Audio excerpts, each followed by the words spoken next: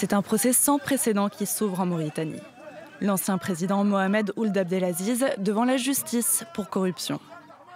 Après 2 mandats, il avait cédé le pouvoir en 2019. Une première dans un pays rompu au coup d'État. À l'extérieur du tribunal, il y avait foule mercredi. Certains venus réclamer justice et d'autres venus apporter leur soutien à l'ancien président.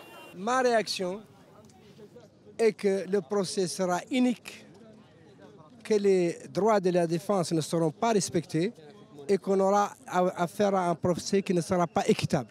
Le procès se déroule de la manière la plus ouverte possible, avec les interventions, parfois très intenses, c'est le moins qu'on puisse s'attendre d'un procès comme celui-là.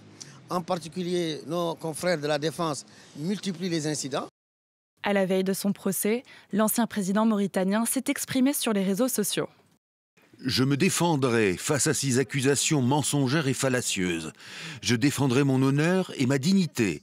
Je défendrai le droit de ce peuple à la justice. Je ne plierai pas face à ce régime destructeur. Un gouvernement mené par son ancien allié, Mohamed Ould al-Razouani, à l'époque son ministre de la Défense. Lors des élections en 2019, il avait même soutenu sa candidature.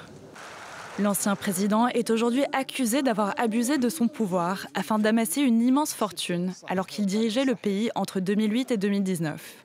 Selon les avocats, le procès pourrait durer des semaines, voire même des mois.